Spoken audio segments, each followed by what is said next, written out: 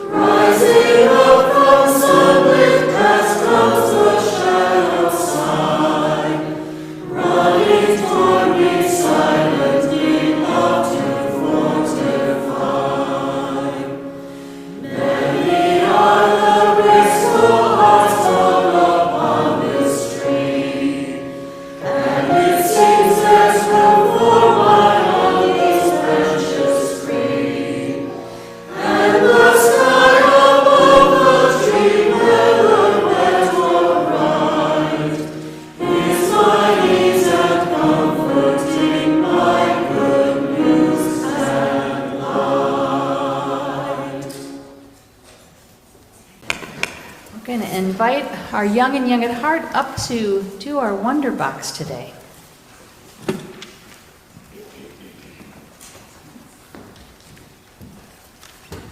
Hey guys, come on up.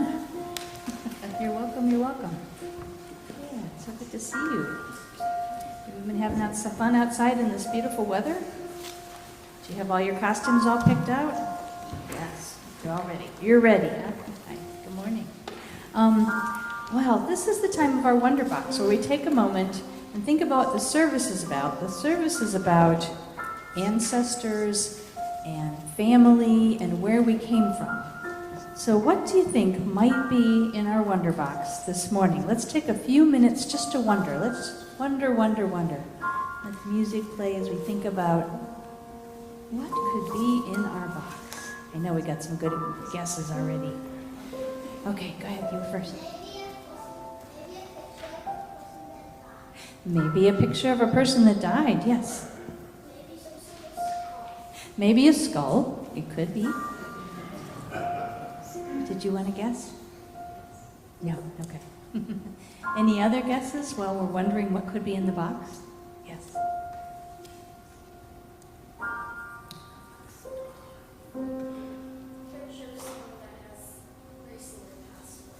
A picture of somebody that's recently passed away. Okay, who hasn't opened the box yet that would like to?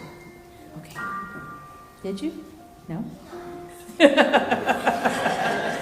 There's a difference of opinion here. You haven't yet? You have. Okay, then come on out. We'll trust you. Go ahead. Pull that part out. There you go. You were right. You were absolutely right. You see, that's a picture of, these are my mom and dad. So that's where I came from. See, this is what my mom and dad looked like. And they both passed on, so I'm just going to put them over here with all these other pictures that we have. There we go. You were right too. I know, very good. Thank you. You can sit down. Very good. Yeah, we remember all of our ancestors and the people who have passed away. I'm going to let Reverend Karen tell you a story now. It's called Where We Come From. Okay. And there'll be pictures up on the screen behind me for everybody to be able to look at. So this story is called Where We Come From. Can you imagine? Where did you come from this morning? My house. There we go. Hopefully most of us came from our house or our cars, right? All of that. We actually, oddly enough, all of us in this room and everything that is in this room, not just the people, come from stardust. Can you imagine?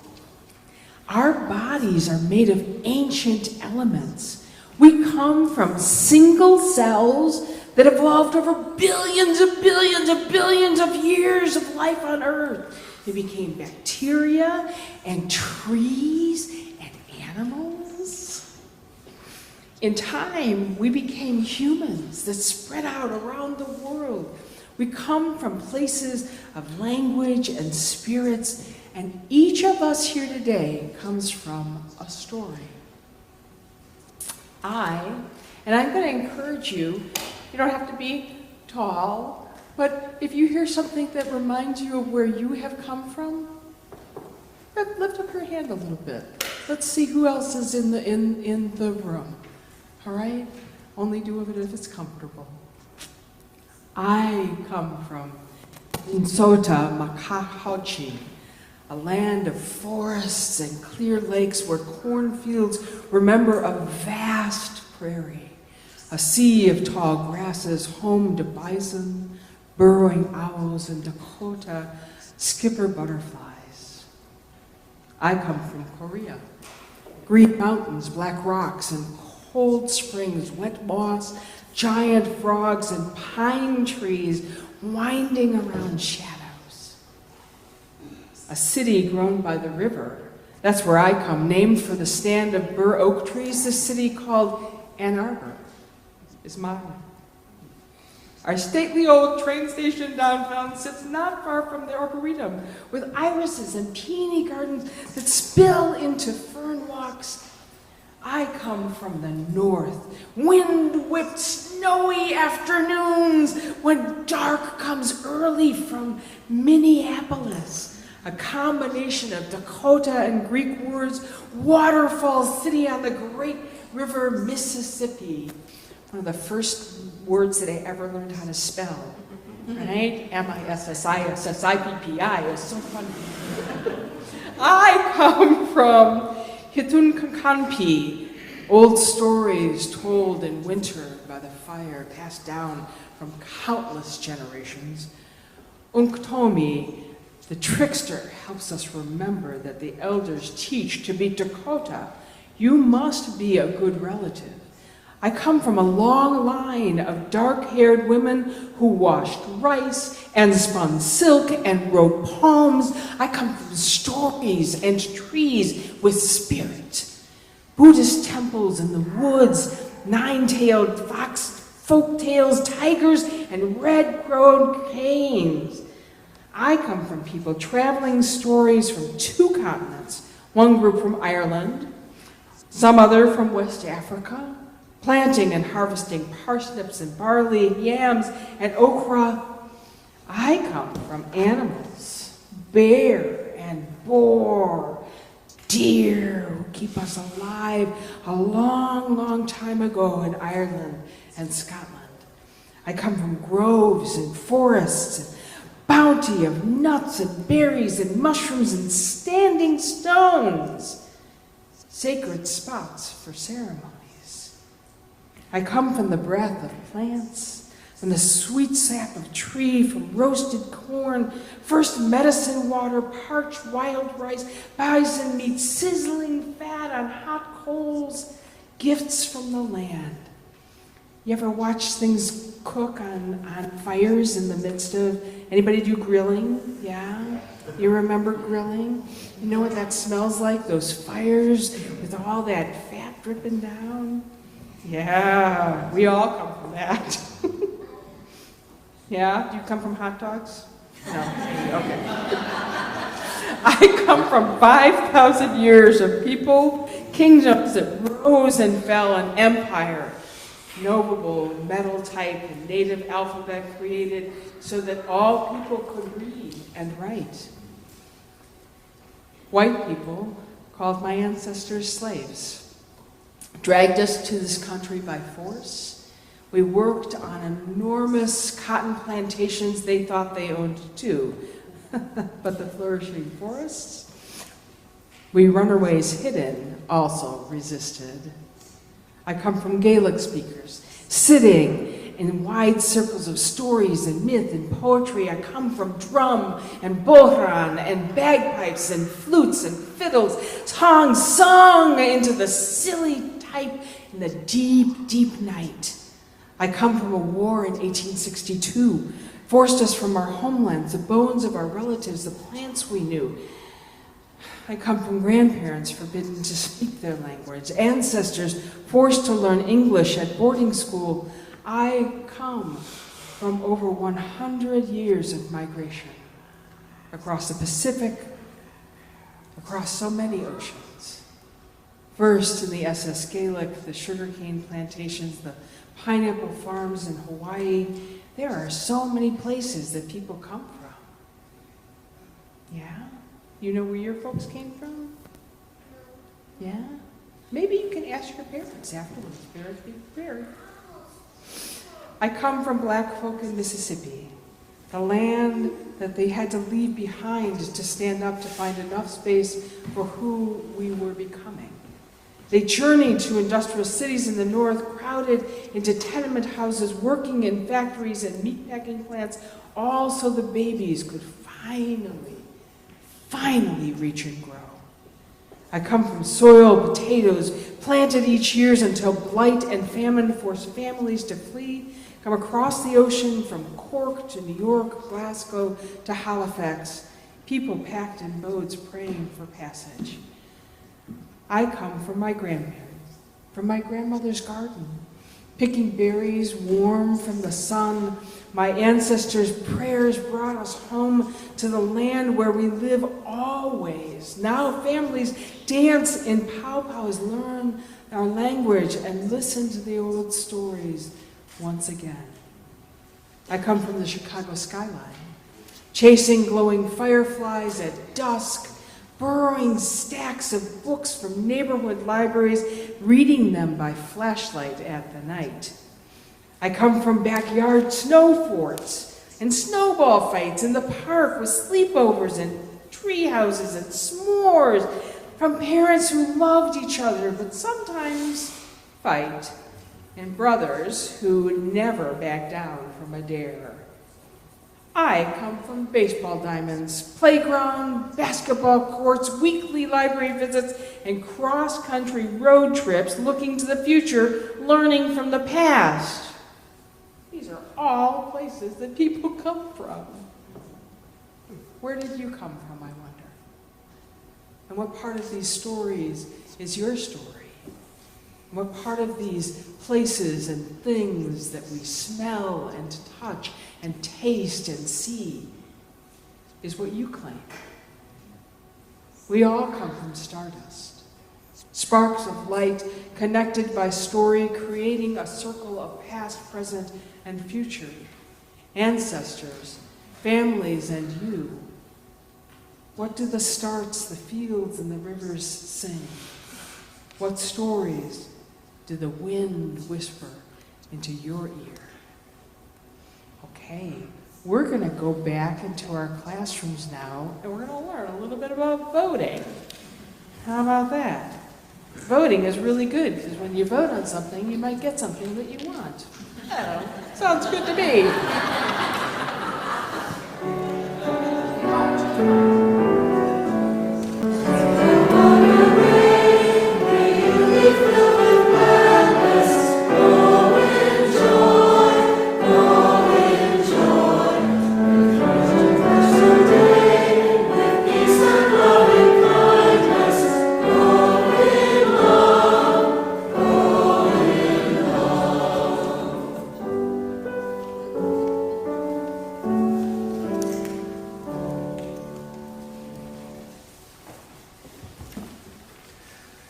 Giving thanks is an important part of living in a covenantal community. Your financial gifts show gratitude for how our congregation supports us all. We are wildly grateful for you and this support. Without you, our mission to inspire, heal, and belong could not be fulfilled. Your gifts of gratitude will now be gratefully received. I invite you to enter into a space of meditation and quiet, breathing in and then breathing out any anxiety, any tension you brought with you, allowing that anxiety and tension to roll down your shoulders, down your back, down your spine, down through your knees, bottom of your feet, into the rich, dark earth below. Breathe in, breathe out. You are not 15 or 12 or 17. You are 100 wild centuries and 15, bringing with you in every breath and in every step everyone who has come before you, all the yous that you have been, the mothers of your mother, the fathers of your father. If someone in your family tree was trouble, 100 were not. The bad do not win, not finally, no matter how loud they are.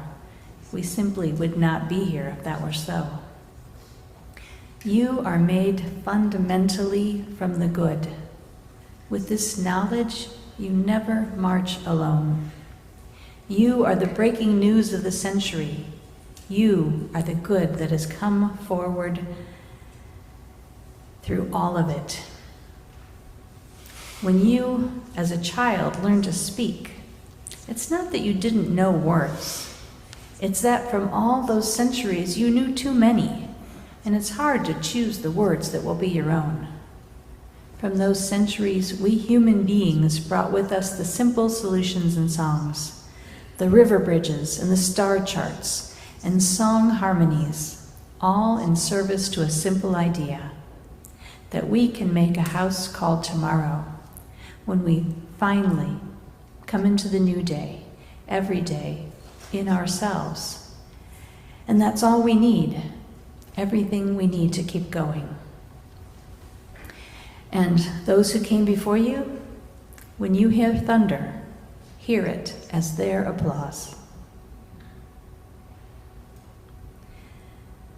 I invite you to look for a moment at all the gathered ancestors that were here, and if you had brought something and didn't bring it up, you're welcome to bring it up now. If you didn't bring a picture, just sit for a moment and bring a picture into your mind. Think of someone who has passed, someone who's not with you anymore. Really imagine them, what it felt to hug them, what the top of their head smelled like when you bent over to give them a kiss. Or if you're thinking of older ancestors from long ago, imagine how much they gave up, how much they struggled, and how much they laughed, and how all of that is gathered into your body today. We invite all of them into the room with us today to say, thank you, thank you, thank you. To say, I miss you, to remind them that they will always be loved and always be in our hearts.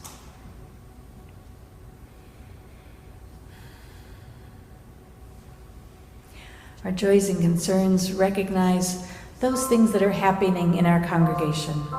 If you have anything to share during the week, make sure you go onto the website or into the weekly e-news, and there's a form that you can fill out. Or you can always just call the office, call me, or call our lay ministry team so that we know what's going on in your life. This week we offer congratulations to Gary Vernon, the son of Allison and Charlie, who was married to his beloved Harold this past week in the church. We are very happy for them and wish them a long and happy life together. And we also are grateful for the 14 people who showed up yesterday to help weed outside the church and make it look beautiful. That is a blessing and congratulations. And then finally, for all those things which still rest in the silent sanctuary of our hearts, we hold you in them, and all of us as a community hold light and love for those intentions. You can remain seated as we sing Spirit of Life.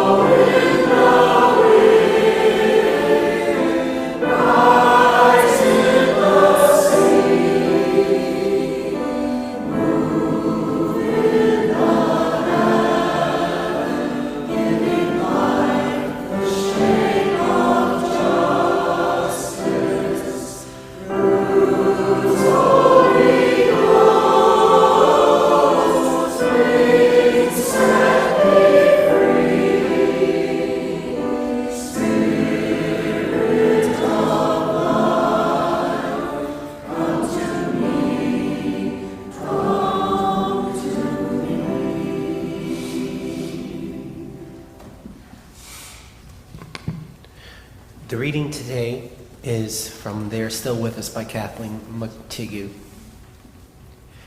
In the struggles we choose for ourselves, in the ways we move forward in our lives and bring our world forward with us, it is right to remember the names of those who gave us strength in this choice of living. It is right to name the power of the hard lives well lived. We share a history with those lives. We belong to the same motion. They too were strengthened by what had gone before. They too were drawn on by the vision of what might come to be.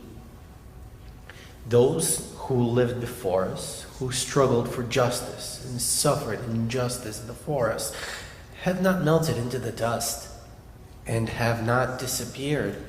They are still with us. The lives they lived hold us steady. Their words remind us and call us back to ourselves. Their courage and love evoke our own. We, the living, carry them with us. We are their voice, their hand, and their hearts. We take them with us, and with them choose the path of the deeper path of living. Thus ends the reading. We now have a responsive reading. I invite you to follow along on the screen and respond in the appropriate sections. We clasp the hands of those that go before us, and the hands of those who come after us. We enter the little circle of each other's arms, and the larger circle of lovers whose hands are joined in a dance, and the larger circle of all creatures, passing in life, who move also in a dance, to a music so subtle and vast that no ears hear it, except in fragments. Except in fragments. How many folks here have done one of those 23andMe or Ancestry tests? Is anybody? I figured there'd be a lot, yeah. I haven't done it yet. It intrigues me. I do wonder, where do I come from? Who are my people? Our family always said we were German, Irish, and Croatian, but that was just a bunch of words. We didn't have anything that we lived into that told us we were actually German, Irish, or Croatian. The only grandmother I had growing up had the Irish and German part. And her sister, my great aunt, told me that their grandfather had changed their name from O'Hearn to Heron because he liked the birds. I suspect it might also have something to do with the rampant discrimination against Irishmen at that particular time, but whichever story you want to tell that. And I'm guessing we lost a lot of our culture, especially the German culture, during World Wars I and II. It would probably be just a good idea to tamp that part down. But as a family, we were very bland, very melting pot, melted in Americans. The only dish that we had that was slightly ethnic was hot German potato salad, which is yummy. I still make a vegan version without the bacon, but it tastes yum. It's good. And it still reminds me of my Nana. We ate hamburgers and hot dogs and maybe city chicken. So we were as American as apple pie. And I know my story is not unique, and I also know that it's one of the casualties of the original sin of America, which is racism. And racism was, of course, in the service of capitalism. Because all light-skinned immigrants had to become white and lose their cultural identifiers to prove that they belonged, to prove that they were better than those folks that were forcibly brought here from Africa through slavery. Slavery is horrific, but it was simply one economic strategy to accumulate immense wealth. One strategy among many that were perfected in our country. Because wealth was proof that God loved you in the Puritan ecosystem. So being rich, despite all the biblical warnings against greed and all the thou shalt not covets, being rich was a good thing because it meant that you were blessed by God. And poverty wasn't simply an unfortunate place that you happened to be in life. It was proof that you must have done something wrong at some point to deserve being there. We still feel the echoes of that in our society today, long after our puritanical beginnings. So some folks did anything they could to make a lot of money. Anything. The practice of enslaving other humans took that ruthlessness to a way that was beyond imaginable in some ways, because it used skin color to easily identify and divide people who might otherwise have been allies together to overthrow that system. We've been told pretty stories about a search for religious freedom, about spreading democracy across the land, but even that is a little suspect, because the concept of democracy as we experience it was stolen, created by the very people that were suffering genocide under the new and shiny U.S. government. Adventurers coming to the New World to make their fortunes encountered the Iroquois way, a form of representative democracy that was used by once warring tribes of the Seneca, Cayuga, Oneida, Onondaga, and Mohawk peoples. And it was called the Iroquois Great Law of Peace, established in 1142. So the newcomers stole that idea along with the land and the lives of the people already living here. Yay, America! It's a complicated storyline, but in the big picture, America was founded on a rapacious hunger for all the land could yield, with the practice of stealing and subsuming both peoples and culture. Now, did every person who came there come with ill intent? Of course not. Most people came here to simply make a better life for their families. If we look back at our ancestors, most of ours came over here just so their children could have enough to eat. And that's what our people are trying to do today, that we're vilifying all across the country. But the financiers, the governments, the people who provided the seed money to begin the American adventure did so to enrich themselves and to amass power. And they did whatever it took to accomplish their goals. Whether that was slavery of human beings, genocide of entire cultures, oppression, abuse of working people, cheating, intimidation, extraction of whatever value they found without any sense of reciprocity or reparation. It's not pretty. It's not us today. So what do we do with this story that is kind of emerging from the edges, in which some parts of our country are not even wanting to acknowledge as true? I mean, we're more enlightened, right? But I recently heard about a concept called hungry ghosts. Does anybody know about hungry ghosts? Here's from the Kashgar website that says, hungry ghosts are the demon-like creatures described in Buddhist, Taoist, Hindu, Sikh, and Jain text as the remnants of the dead who are afflicted with an insatiable desire, hunger, or thirst as a result of bad deeds or evil intent carried out in their lifetimes. In Buddhism, hungry ghosts are often seen as a metaphor for those individuals who are not following the path of correct desire, who suffer from spiritual emptiness, who cannot see the impossibility of correcting what has already happened, end quote. Who cannot see the impossibility of correcting what has already happened. The U.S. may well be a hungry ghost nation, living at the mercy of late-stage capitalism, commodifying every aspect of life, knowing something is not right, but not being able to figure out our way out. Unlike Michael Douglas in the movie Wall Street, older societies figured out that greed is not good. But as a brash young country, only 250 years or so, we think we know it all. If we just work hard enough, if we just keep pushing, we can make all of our dreams come true. Many ancient cultures tell cautionary tales of all the consequences of people taking more than they need.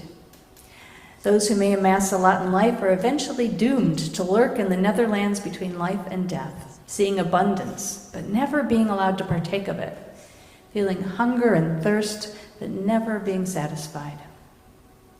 We live in a society that's always trying to get us to purchase that one more thing we don't need, or just to give them their money. How many times do you look at your phone a day and it says, scam likely?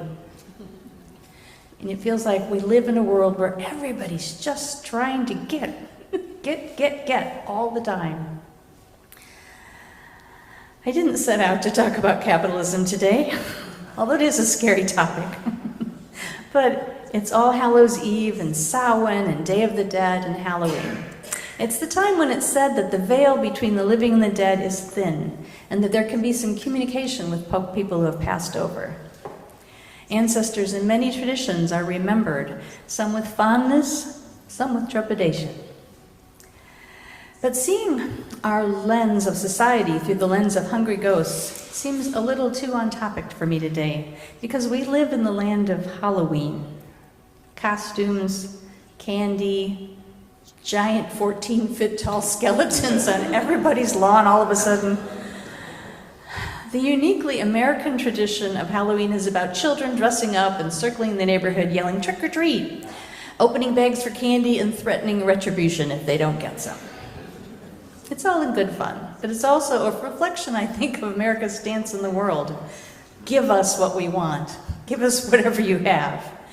And by the way, buy that 12-foot skeleton to put in your yard while you're at it. I think it's interesting because other nations picnic with their ancestors or put food and treats out so that the dead will have a good experience in the other world. But we encourage our children to collect a ton of candy that isn't even good for them in the first place. Boy, I'm a bummer today, aren't I? I'm poo-pooing Halloween. I hope you'll forgive me. I really do think, though, that the way we celebrate Halloween just says something about us. Because unlike Buddhist or Shinto cultures, we don't usually revere our ancestors. Our congregations in the last few years have just discovered, Dia de los Muertos, just discovered that there's ways that we can every year not just dress up in costumes, but do something a little bit deeper in our remembering this time of year. Because we live in such a youth-driven culture that we dismiss the wisdom of elders. You might make it to the evening news if you live to be 100 or more, but it's so common anymore, probably not unless you're a former president. Happy birthday, Jimmy. And in my own life, I've been interested, it's been funny to observe how I've become more and more what's the right word I want? Invisible as I pass the 60-year mark. Not in relationships with people who know me, but just in the wider world. It's really noticeable. As my hair gets whiter, people walk right by me that used to stop and notice. And older people, especially female-identified older people, are less relevant and less interesting to the wider world, which is ridiculous, because older women get things done. Every church knows that. Many of us don't dye our hair out of vanity. We just do it in the hope of being taken seriously. Because eldership does not have a place of honor in this country.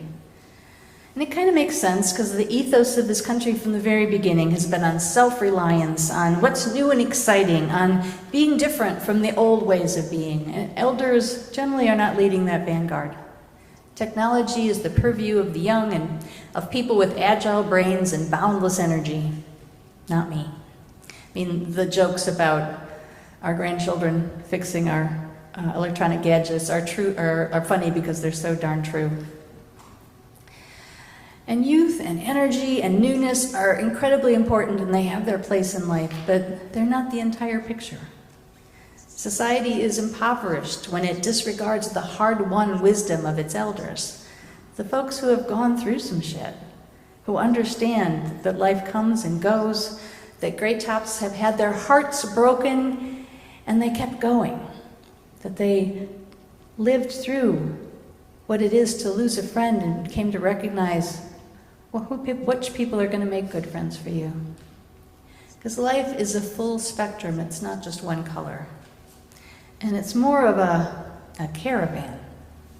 A caravan that, we just listened to Rumi's song last month, the choir sang so beautifully, ours is no caravan of despair, come yet it can come. But what does that mean? What is a caravan of despair? In Rumi's day, wandering tribes traveled together through the desert in caravans. Long, long trains of people moving together to find better grazing for their livestock or new sources of food and water for themselves. But the caravan, as it moved through the land, it experienced time in a very different way than we experience time in our culture.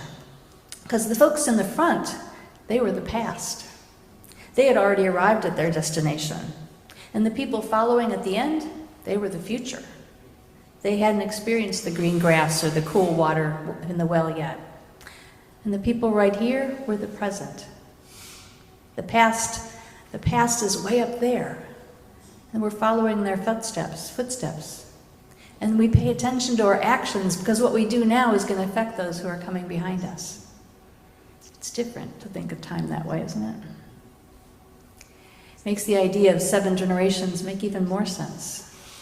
What we do now affects out to the 7th generation. We have to look out for them. That's what's our responsibility right now. Our Western culture has it all turned around. It says, the future's so bright, I need shades. And it acts like everything disappears once it comes behind us. In the West, we live from that perspective, plundering the planet without any care for what our children's children are going to be having to deal with. Why? Maybe back to that capitalist culture that was so scary at the beginning. The way we always have to create new things and keep a continuously growing economy, even though if we really thought about it, that's not possible. But what we're actually doing is cutting ourselves off from our connection to our heritage. We're cutting ourselves off from those people at the front of the caravan who have seen a few things and have a few things to tell us. And it can leave us feeling bereft, unmoored, disconnected. It reminds me of a story that many cultures tell of heaven and hell. And there are two rooms filled with people. And they're sitting at tables that have just huge bowls of yummy, delicious soup and stews. But each person at the table has a gigantic long spoon that they can't get to their mouth. And so in one room, there's wailing and moaning and gnashing of teeth, and they're all starving. But in the other room, there's laughter and joy because they've each figured out that they can't feed themselves, but they can feed the person across from them. Sometimes our culture is too much like the wailing room, trying desperately to gather in everything and not seeing how much more we could have if we shared with one another. How do we remember that we are connected and that we feed one another? How can we feel full in this place of abundance rather than constantly longing for something else? One idea might simply be to remember our connection to that caravan of life, to find a way to acknowledge that we are not alone in all of this. We are following in the footsteps of people who have experienced the same kind of stuff we're dealing with. And everything we do is connected to the people coming behind. These pictures on our altar are an important hint, remembering the many, many generations that have come together to create each and every incredible you is so important. You have your grandfather's eyes, your grandmother's quirky smile, your great-great-aunt's deep chuckle, an ancestor you've never heard of, their mathematical skill. We are not simply unique beings. We are connected in coils of DNA with humans going back thousands and thousands of years. People who've loved and fought and survived horrific experiences. And people who have laughed and danced and known themselves to be connected to this wide and amazing world. Science tells us that we all come from a mitochondrial Eve, one woman from whom every single person on the planet has descended. Puts life in perspective, doesn't it? How can we live into that deep time view of life? How do we hold an awareness not only of the unique people we are, but of the incredible caravan that we're traveling with? An altar, a small altar, not a big one. You could build a big one in your house, but a small altar would do. Creating an altar, though, in your house with the pictures of people that you've loved, with a couple of candles, can help us to remain humble by reminding that we are both the pinnacle of everything that has come before us, and that eventually we're going to turn to dust, like everything that has come before us. I was mourning my parents that died in 2016 and 2017, and I was having a really hard time coming to some sort of peace with their passing, especially with my mom, because she died very unexpectedly, and I thought I'd have her around for another 20 years. But what I did is set up a little altar in the corner of our living room with candles, pictures of my parents, a few other people that have passed. And every morning, I spend a little bit of time with them. I light a candle. I remember what it felt like to hug my mom. I remember my dad's laugh and his scent. And it brings up memories sometimes that I hadn't thought about in a really long time. And over time, as I started living into that connection, the pain finally started to go away. Because the more I honored the love that I had for them, the less I was stuck in the hurt of losing them. It's one of those very obvious things that I have to be reminded about over and over and over again. Gratitude fills me up. Sharing reminds me of my blessings, and grief acknowledges the power of love. In this time of thinness of the veil between life and death, it is right and good to reflect on the gifts of this universe, to us and from us, and that we are connected in life and death with all that ever is and ever will be. Amen, and blessed be.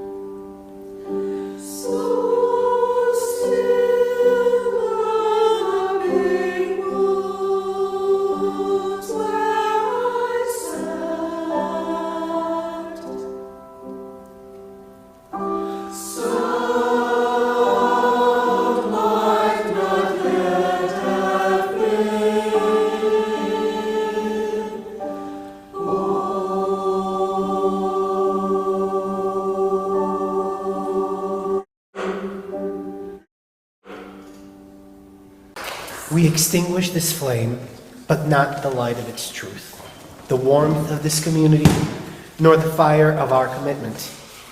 These we carry in our hearts and share with all the world. Please rise in body and spirit for a closing hymn.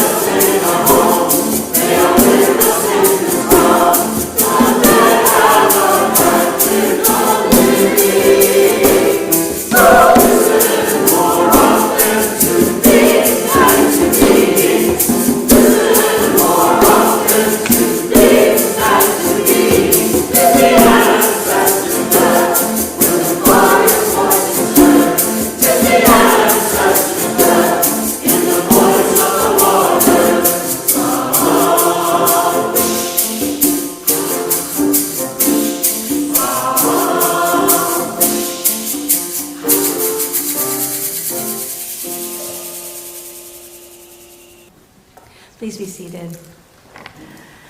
Remember, the sky that you were born under, know each other's stories. Remember the moon, know who she is. Remember the sun's birth at dawn, the strongest point of time.